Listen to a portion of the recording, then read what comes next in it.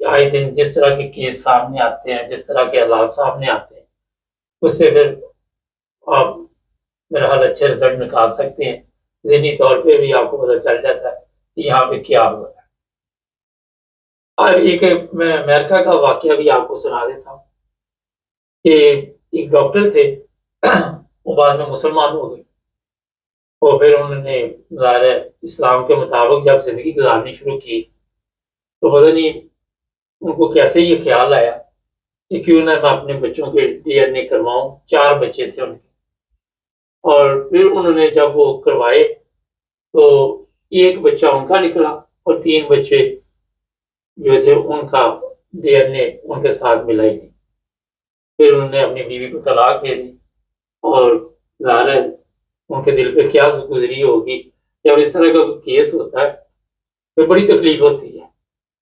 بہت تکلیف اس لیے ہوتی ہے کہ ظاہر ہے بچوں کے ساتھ محبت بھی ہوتی ہے، پیار بھی ہو گیا ہوتا ہے، اور ان کو چھوڑ بھی نہیں سکتے.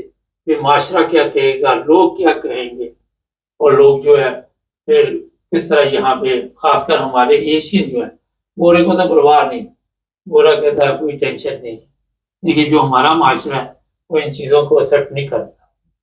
اور یہ تکلیف کے لمحات ہوتے ہیں اس والد کے لیے جس نے سارا کوئی 20 سالوں تک بچوں کو پالا ہوتا ہے، بعد میں رزلٹ جو ہے وہ منفی نکل آئے، غلط نکل آئے.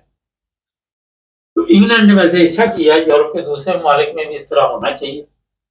ہو سکتا ہے جب ایک ملک شروع کر دیتا ہے تو دوسرے ممالک بھی اس طرح توجہ دیتے ہیں.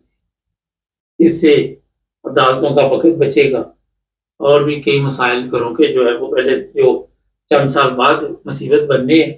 کیونکہ جب کسی عورت کے بارے میں آپ کو بتا دوں اگر وہ غلط راستے میں چل پڑی ہے تو بڑا مشکل ہوتا ہے دوبارہ وہ سیدھے راستے پہ. یا یورپ اس طرح کے واقعات ہماری نظر سے گزرتے رہتے ہیں. گھر میں میاں موجود ہے، اس کے باوجود بھی مختلف ممالک میں اپنی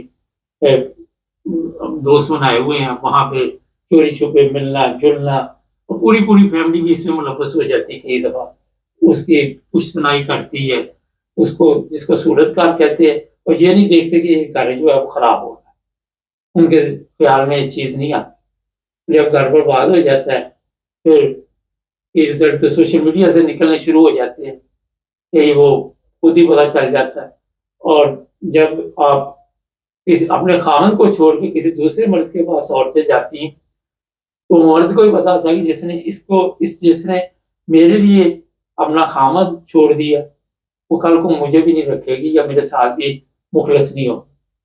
کئی پھر ایسے کیس ہوتے ہیں جو پولیس کیس بن جاتے ہیں، پھر جھوٹے دعوے کیے جاتے ہیں، جھوٹے کیس ڈالے جاتے ہیں، بلیک میل ہو جاتا ہے سسٹم پورا. اور یہ جو چیزیں ہیں مسائل معاشرے میں بربادی کی طرف لے کے جاتی ہے. ہمارے سامنے آئے دن کوئی نہ کوئی کیس آتا رہتا ہے. اب کس کیس پہ بات کریں؟ ہوتا یہ کہ ہمیں بڑی تیار کرنی پڑتی. اگر کوئی ایسی بات پہ کرتے تو لوگ سمجھتے پتہ نہیں ہمارے بارے میں یہ بات کی جا رہی.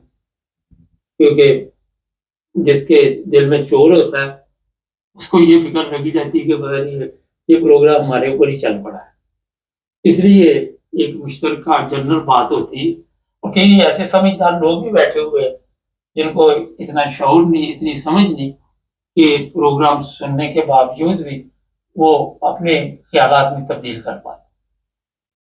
یہ اب انگلینڈ کا معاملہ ہے کہ میں نے اس لیے پوری دنیا پہ روشنی تھوڑی سی ڈال دی کہ پروگراموں کا مقصد ہوتا ہے کہ جو صحیح راستہ ہے اسی پہ آپ چلیں گے تو اسی میں آپ کی گھر کی بھی خیریت رہے گی، گھر کی بربادی بھی نہیں ہوگی، اور بچے بھی سکون سے زندگی گزاریں گے.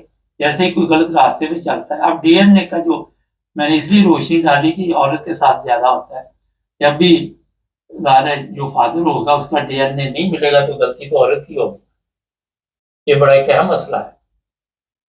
ناظرین، یہاں پہ پرائیویٹ طور پہ جو لوگ اس طرف توجہ دیتے ہیں وہاں بھی کئی مسائل پیدا ہو جاتے ہیں. ٹھیک ہے تھوڑے سے پیسے لگتے ہیں لیکن آج کے دور میں ہر چیز باقاعدہ طور پہ اس کے رزلٹ جو ہے وہ نکل آتے ہیں، اور کوئی اس میں آپ کو کہیں پہ جانا بھی نہیں پڑتا.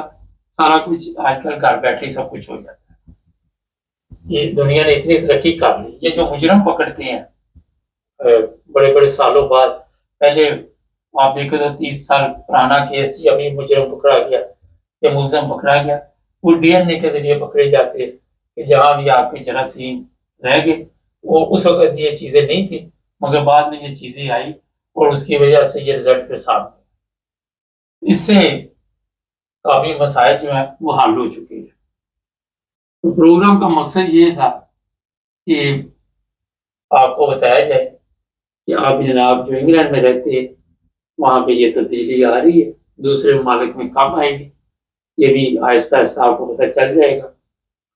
میں ایک دن آفس میں بیٹھا ہوا، تو کافی پرانی بات، تو ہمارے ایک دوست ہیں، وہ